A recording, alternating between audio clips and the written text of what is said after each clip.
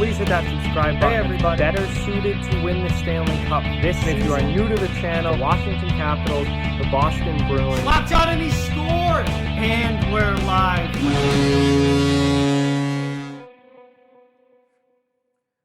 Hey everybody, so it's time to talk about NHL awards for this season in 2020.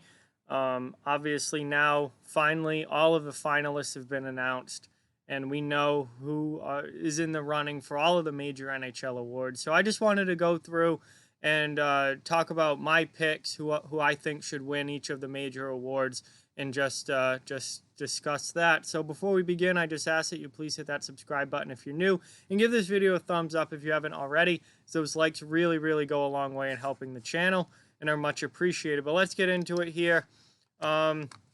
I'm going to start with the Norris Trophy because I think this is one of the ones that I have a pretty good idea of who's going to win, and it's also my pick for the Norris Trophy this year. League's best defenseman. I can't see it not going to John Carlson of the Washington Capitals. 69 games played this year, 15 goals, 60 assists for 75 points and a +12 rating.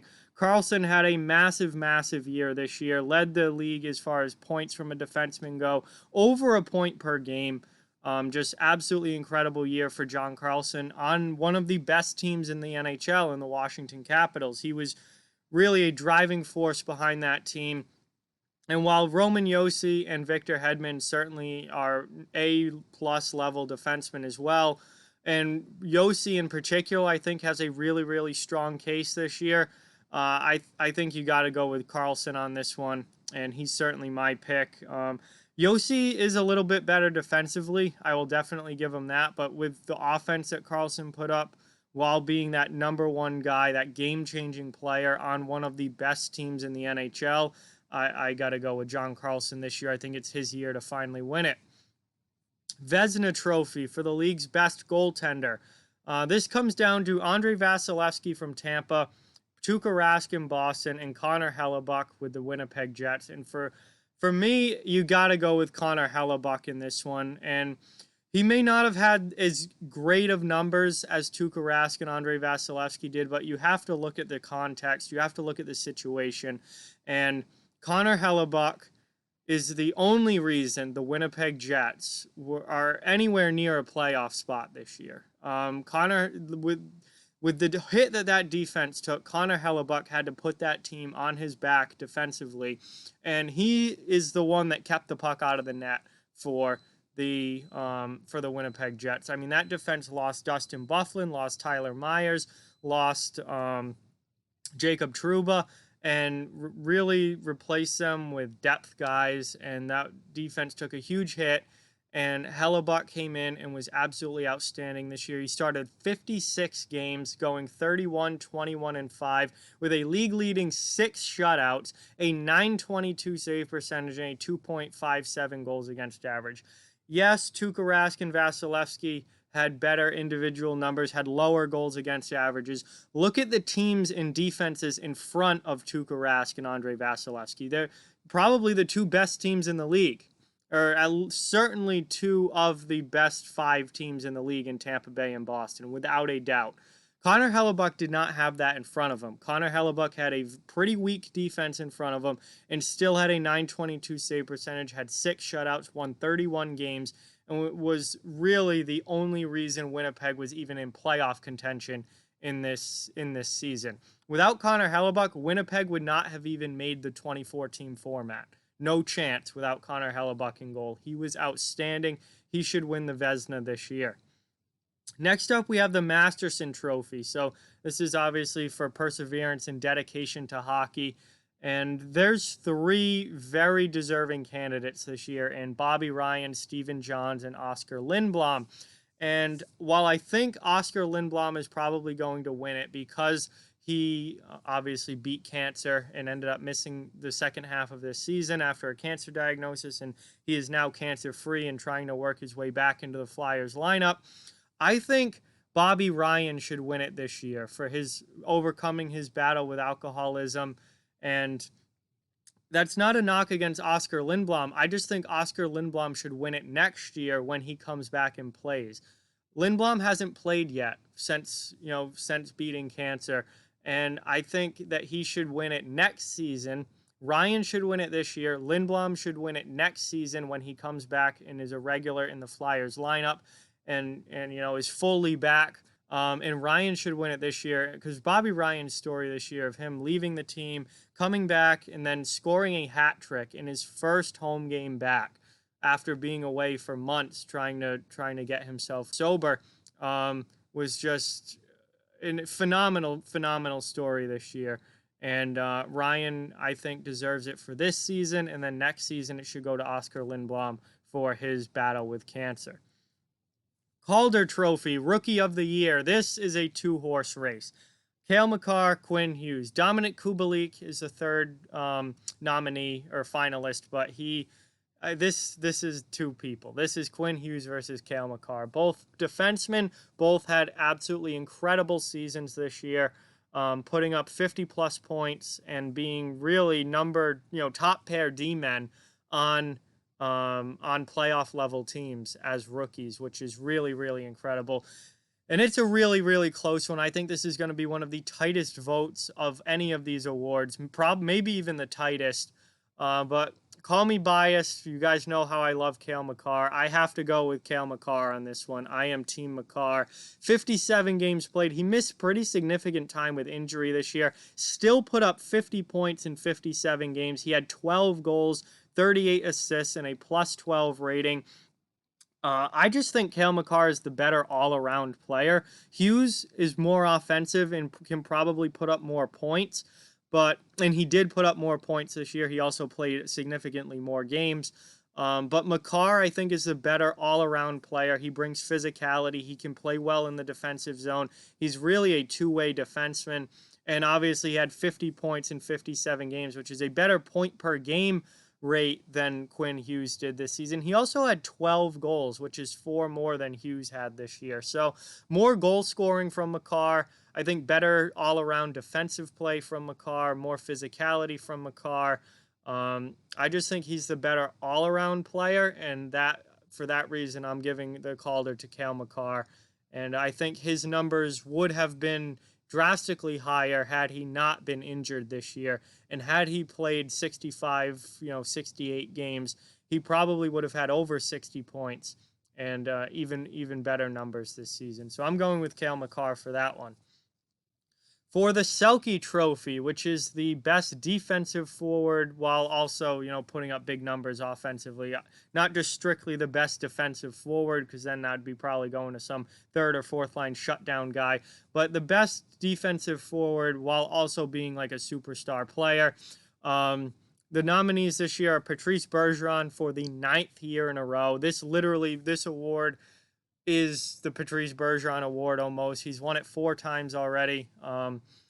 Sean Couturier for his, I believe, 2nd nomination, but hasn't won it yet. And Ryan O'Reilly, who won it last year, once again, finalist again this season. And all of them have fantastic cases. They're all absolutely incredible defensive forwards while also being first-line superstar guys.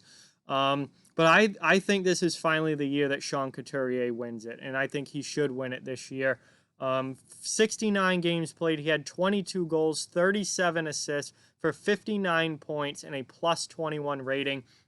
He's been one of the better defensive centers in the league for a number of years now. I don't think people realize how good he is.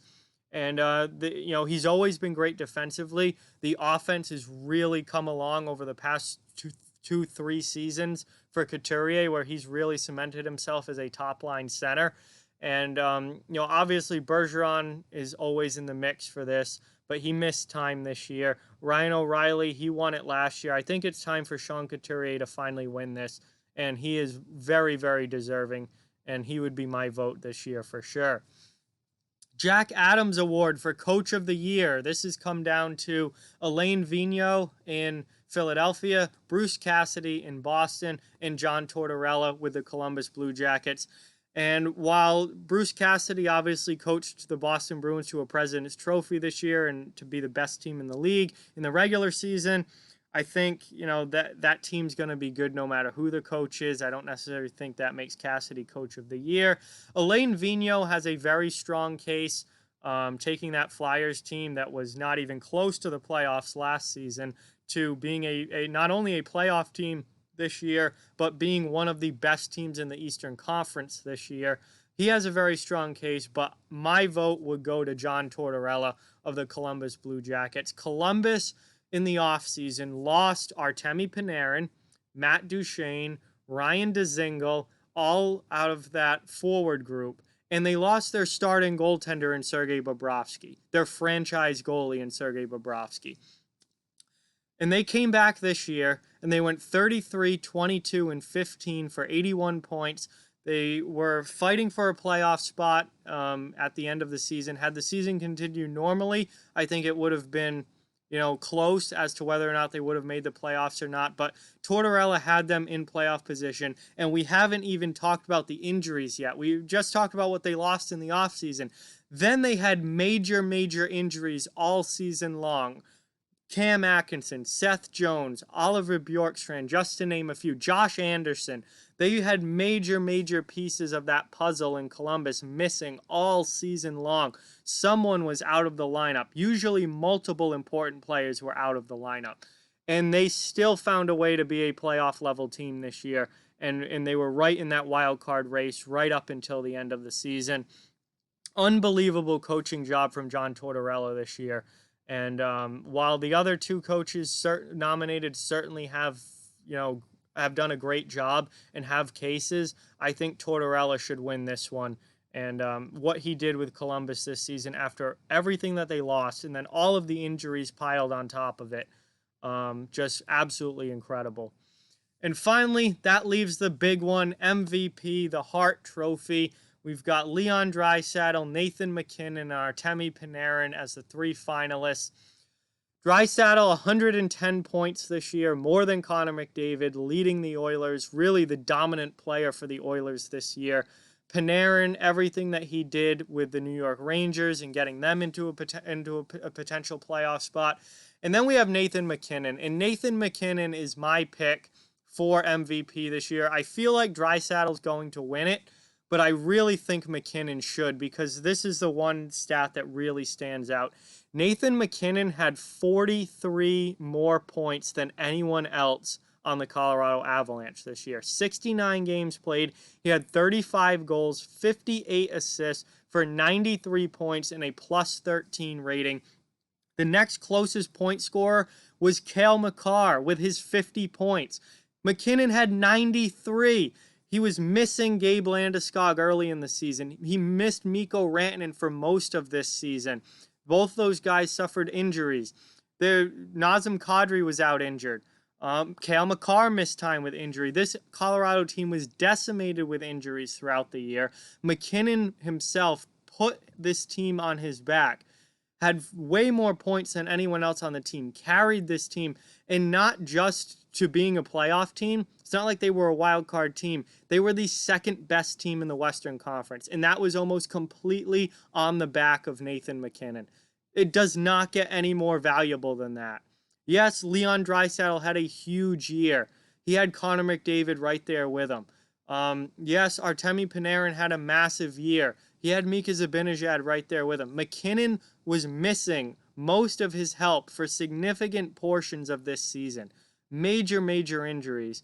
And he single-handedly put that Colorado team on his back and brought them to be the second best team in the Western Conference. That is the most valuable player in the league. With Rantanen missing so much time, with Landeskog missing time, with Makar missing time, with Kadri missing time, and even more, I could keep going with the injury list. Nathan MacKinnon was the most valuable player in the league this season in the NHL, and he should win the MVP. So those are my picks, guys, for all of the major awards. Just want to go through that and show you who I would pick. Obviously, it comes down to the writers and who they vote for. There are some really tight races this year. There are some others that I think are pretty well locked in. But it's going to be fun to watch and see who ends up winning these awards. But those were my personal picks and who I think should win. So With that, like, comment, share, subscribe, follow on social media. All those links are down in the description below. If you'd like to further support the channel, donation link, merch store, and Patreon are down in the description as well. Keep spreading the word about this channel. Let's keep this thing growing. Thank you very much for watching. Hope you enjoyed the video, and I'll talk to you guys soon.